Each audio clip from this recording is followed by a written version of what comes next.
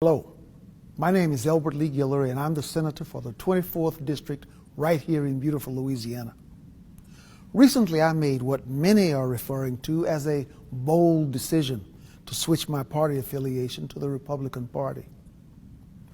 I wanted to take a moment to explain why I chose to become a Republican, and also to explain why I don't think it was a bold decision at all. It is the right decision, not only for me, but for all my brothers and sisters in the black community. You see, in recent history, the Democrat Party has created the illusion that their agenda and their policies are what's best for black people. Somehow it's been forgotten that the Republican Party was founded in 1854 as an abolitionist movement with one simple creed, that slavery is a violation of the rights of man. Frederick Douglass called Republicans the party of freedom and progress, and the first Republican president was Abraham Lincoln, the author of the Emancipation Proclamation. It was Republicans in Congress who authored the 13th, 14th, and 15th Amendments, giving former slaves citizenship, voting rights, and due process of law. The Democrats, on the other hand, were the party of Jim Crow.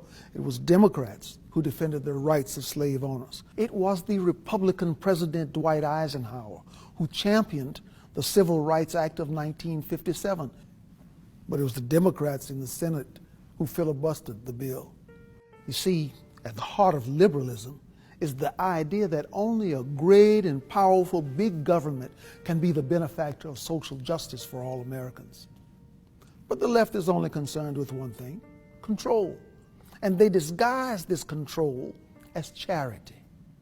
Programs such as welfare, food stamps, these programs aren't designed to lift black Americans out of poverty. They were always intended as a mechanism for politicians to control the black community. The idea that blacks, or anyone for that matter, need the government to get ahead in life is despicable. And even more important, this idea is a failure.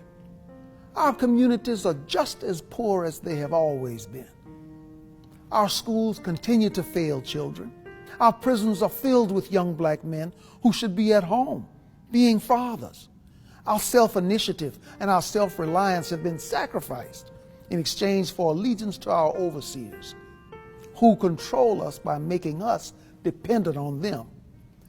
Sometimes I wonder if the word freedom is tossed around so frequently in our society that it has become a cliche.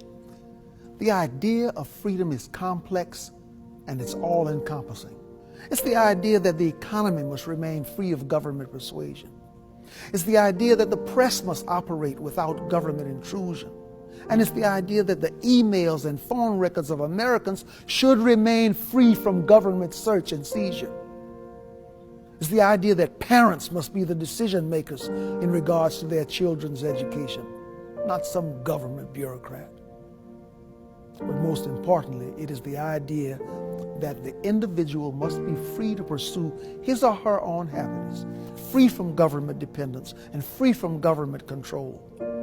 Because to be truly free is to be reliant on no one other than the author of our destiny.